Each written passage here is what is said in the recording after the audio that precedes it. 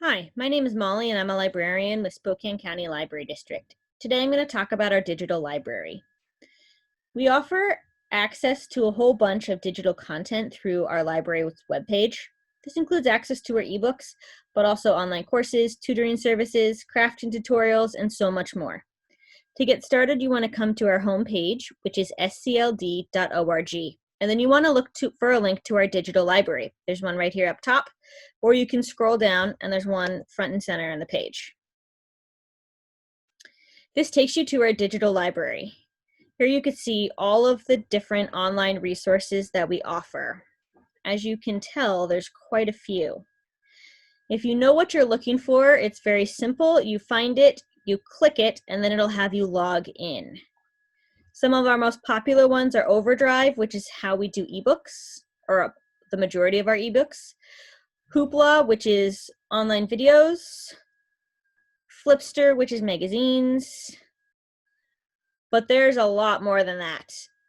If you're not sure what you're looking for, each of these boxes offers the name of the resource and a little description. Or you can come over here and you can reorganize the digital resources by category. So if you're looking for just resources related to hobbies and crafts, you can filter out everything else. And here are just the resources related to hobbies and crafts. Once you've found what you're looking for, logging in is pretty simple. You click the resource you want, you type in your library card number, you type in your password, and it will take you to the website.